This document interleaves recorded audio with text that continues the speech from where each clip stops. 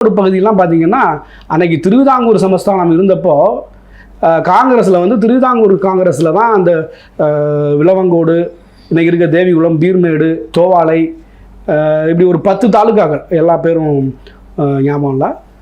இந்த தாலுக்காக்கள்லாம் கேரளாவோட போய் சேர்றதா இருந்துச்சு. அதை முன்னுணர்ந்து அன்றைக்கு மார்ஷல் நேசமணி அவர்கள் திருவிதாங்கூர் தமிழ்நாடு பிரதேச காங்கிரஸ்னு ஒரு அமைப்பு உருவாக்கி அதுக்கு தலைவராக இருந்து 10 எம்எல்ஏக்கள் அன்றைக்கு இருந்தாங்க. அந்த திருவிதாங்கூர் தமிழ்நாடு காங்கிரஸ் சார்பாக அன்றைக்கு கேரளா தமிழ்நாடு எல்லை பிரச்சனை வந்தப்போ இந்த 10 தாலுகாக்கள் தேவிகுளம், பீர்மேடு, இன்றைக்கி தேவிகுளம், பீர்மேடு இன்னமும் கேரளாவில் தான் இருக்குது. விளவங்கோடு, தோவாலை, அப்புறம் இன்னும் மீதி சில பேர் எனக்கு ஞாபகம் இல்லை. இதெல்லாம் வந்து மார்ஷல் நேசமணி தலைமையில் தெற்கெல்லை போராட்டம் நடத்தி அவங்க மீட்டுட்டு வந்தாங்க. எல்லாத்தையும் மீட்டில் ஒரு பாதி மீட்டுட்டு வந்தாங்க. பெரியார்னு தன்னை சொல்லிக்கொள்கிற அல்லது பெரியார்னு தெலுங்கர்களால் அழைக்கப்படக்கூடிய ராமசாமி நாயுடு அந்த போராட்டத்துக்கு எந்த விதமான இதுவும் உதவியும் அல்லது ஒரு அறிக்கை கூட விடலாம். மார்ஷல் நேசமணி அவர்கள் திருச்சியில் போய் ராமசாமி நாயுடுவை சந்தித்தப்போ, நான் அந்த போராட்டத்துக்கு ஆதரவு தர மாட்டேன், பணிக்கர் வந்து என்னை பார்த்துட்டு போனார், கேஎம் பணிக்கர். அந்த தமிழக கேரள எல்லை பிரச்சனைக்கு ஒரு குழு அமைக்கப்படுது நேரு பிரதமராக இருந்தப்போ. அந்த குழுவில் உத்தரப்பிரதேசத்தை சேர்ந்த குன்சுரு மற்றும் கேரளாவை சேர்ந்த கேஎம் பணிக்கரும் இருந்தாங்க. நம்ம மாப்போசி அவர்கள் கேரளாவிற்கும் காங்கிரஸிற்குமான எல்லை பிரச்சனையில் கேஎம் பணிக்கர் இருக்கக்கூடாது, ஏன்னா அவர் ஒரு சார்பு நிலை எடுக்கக்கூடும்.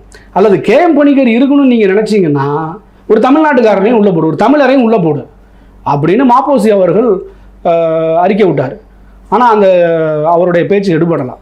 கேஎம் பணிக்கர், குன்சுரு இவங்க தான் இது பண்ணி மார்ஷல் நேசமணி தலைமையில் போராட்டம் நடந்ததுனால சில பகுதியில் மீட்டோம். அப்படி மீட்ட பகுதி தான் விளவங்கோடு. அந்த விளவங்கோட்டில் இன்றைக்கி காங்கிரஸ் வந்து, அன்னைக்கு அந்த பிரச்சனை நடந்தது, அப்போ காங்கிரஸ் இருந்துச்சு. 1956 மொழிவழி மாகாணங்கள் பிரிஞ்சப்போ காங்கிரஸ் தான் ஆட்சியில் இருந்துச்சு. இப்போ இன்றைக்கி காங்கிரஸ் கட்சி விளவங்கோட்டில் ஒரு கேரளாவிலிருந்து நேரடி இறக்குமதி மலையாளம் பேசக்கூடிய ஒரு நபரை கொண்டு வந்து வேட்பாளராக நிறுத்துதுன்னா காங்கிரஸ் இன்னும் திருந்தலை. காங்கிரஸ் ஏற்கனவே ஈழப்பிரச்சனையில் தமிழர்களின் துரோகி தான் அவங்க.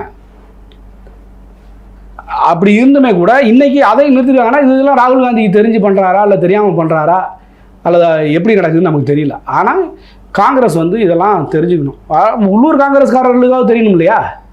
ஏடா கேரளாவில் இருந்து ஆளை கொண்டு வரா, நீ வந்து தமிழ்நாட்டிலேருந்து ஆள் இல்லையான்னு ஒரு கேரளாவில் போய் தமிழ்நாட்டு வேட்பாளர் அவங்க போடுவாங்களா?